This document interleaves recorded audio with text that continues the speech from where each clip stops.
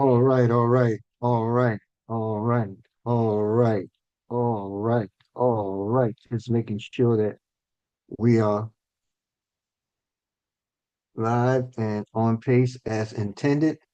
Welcome. I'm your brother and friend, Brother Eric Trey Muhammad. And of course, this is I'm Rich, Notes from the Wealth Minister with Wallace D. Wattles. I embarked a few days ago on a project, and that project is uh, reading per chapter from the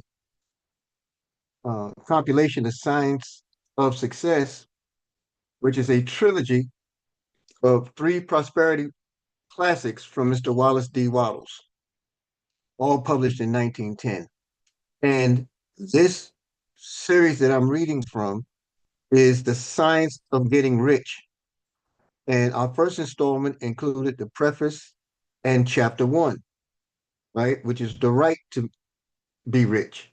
Well, now we're moving forward with chapter two, and there is a science of getting rich. Now, how this works, it was inspired, of course, by Mr. Sekou Wrights.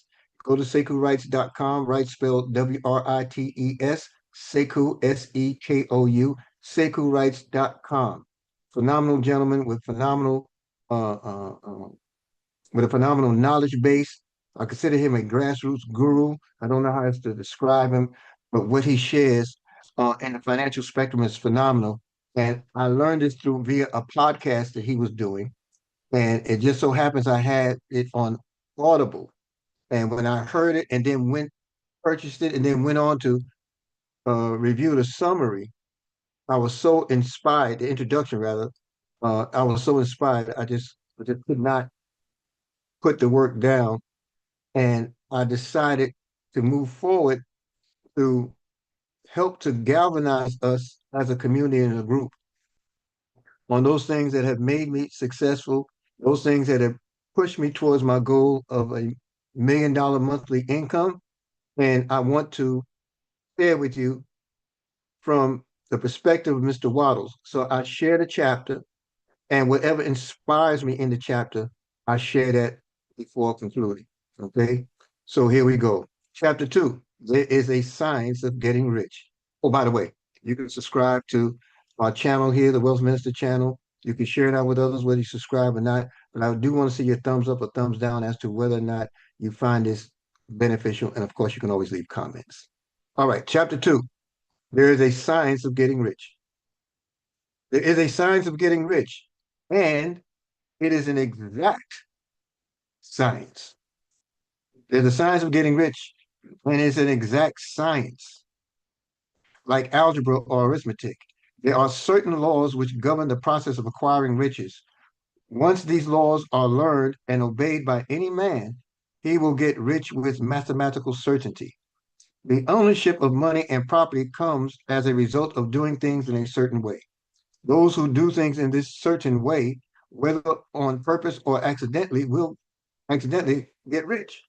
While those who do not do things in a certain way, no matter how hard they work or how able they are, remain poor.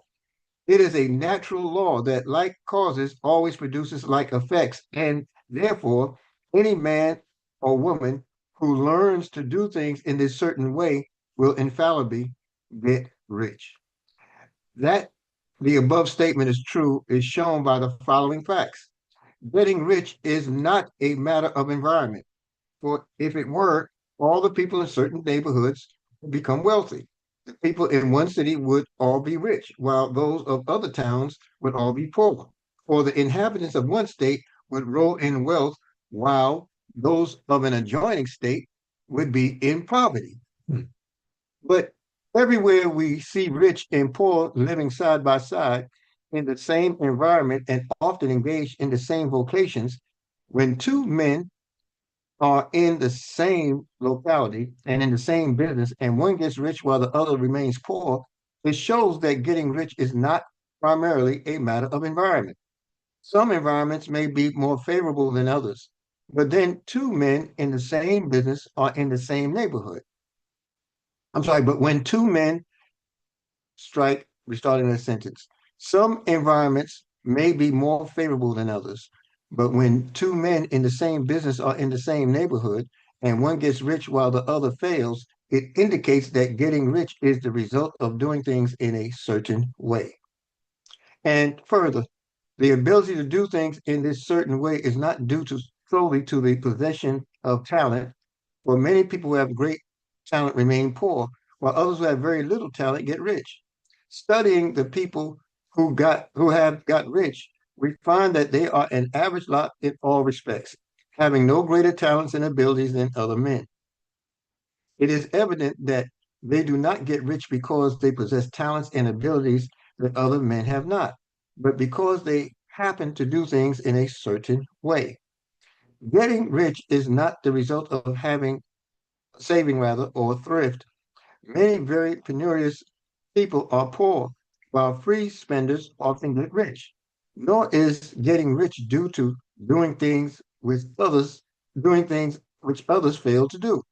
For two men in the same business can do almost exactly the same things, and one gets rich while the other remains poor or becomes bankrupt. From all these things, we must come to the conclusion that getting rich is the result of doing things in a certain way. If getting rich is the result of doing things in a certain way, and if like causes always produce like effects, then any man or woman who can do things in that way can become rich. And the whole matter is brought within the domain of exact science. The question arises here whether this certain way may not be so difficult that only a few may follow it. This cannot be true, as we have seen, so far as natural ability is concerned. Talented people get rich, and blockheads get rich. Intellectually brilliant people get rich, and very stupid people get rich. Physically strong people get rich, and weak and sickly people get rich. Some degree of ability to think and understand is, of course, essential. But in so far natural ability is concerned, any man or woman who has sense enough to read and understand these words can certainly get rich. Also, we have seen that it is not a matter of environment. Location counts for something. One would not go to the heart of the Sahara and expect to do successful business. Getting rich involves the necessity of dealing with men and of being where there are people to deal with. And if these people are inclined to deal in the way you want to deal, so much the better. But that is about as far as environment goes. If anybody else in your town can get rich, so can you.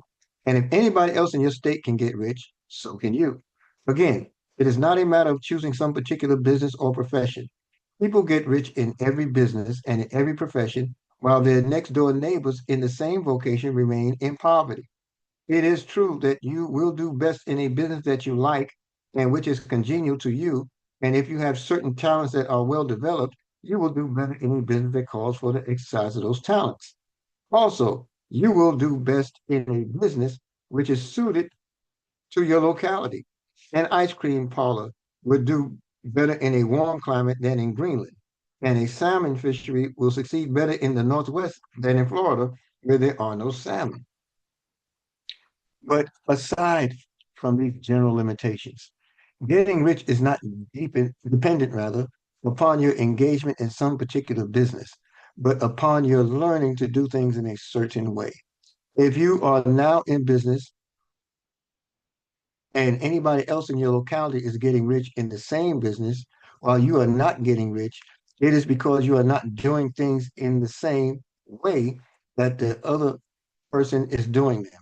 No one is prevented from getting rich by lack of capital. True, as you get capital, the increase becomes more easy and rapid, but one who has capital is already rich and does not need to consider how to become so. No matter how poor you may be, if you begin to do things in a certain way, you will begin to get rich and you will begin to have capital. The getting of capital is a part of the process of getting rich, and it is part of the result that invariably follows the doing of things in a certain way. You may be the poorest man on the continent and be deeply in debt. You may have neither friends, influence, nor resources, but if you begin to do things in this way, you must fa- you must, excuse me, infallibly begin to get rich.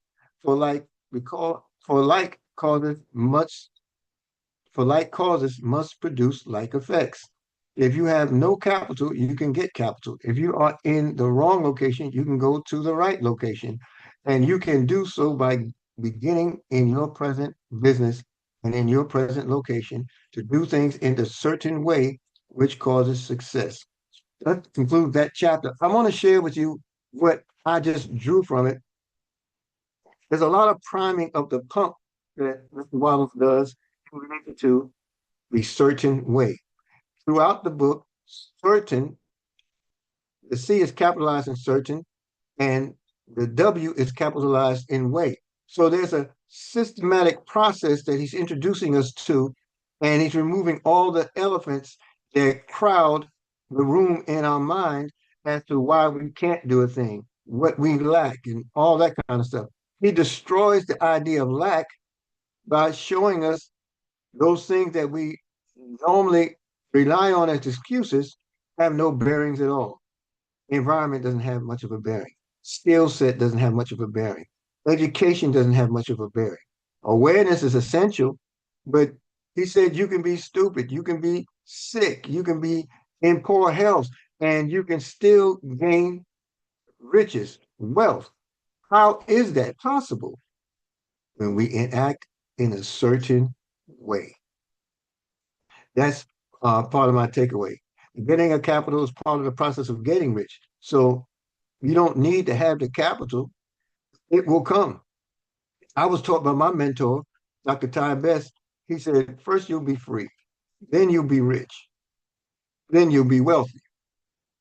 And that process is proving itself true as I maneuver in a certain way. Now, this reading from this chapter of this book, The Science of Getting Rich, I have it in a compilation of a book of Wattles' work, Science of Success, which it gives us the science of getting rich, it gives us the science of being well, and it gives us the science of being great. I'm encouraging you all to get that book. More importantly, read the book. I've read it a few times, and it's done wonders for me that I really wasn't paying much attention to what it was doing as a result of immersing myself in the idea and immersing myself in a process that did not allow my mind to become the trash can for everyone's garbage. I focused on me. And I focused on me to the extent, and still do, but to the extent that what others think of me is none of my business. Because there's a laser focus and commitment to being rich. That's where I'm at. I'm your brother and friend, Brother Eric Trey Muhammad. I'll be back with another installment. I appreciate your time and attention. Share with everyone you can. Draw from it what you can. And consider this that virtual book club where it doesn't take everybody having to home together and come together at one time and read. I'm sharing. You embrace what you can, share with others as you will, and I'll see us all on the next live stream. God bless.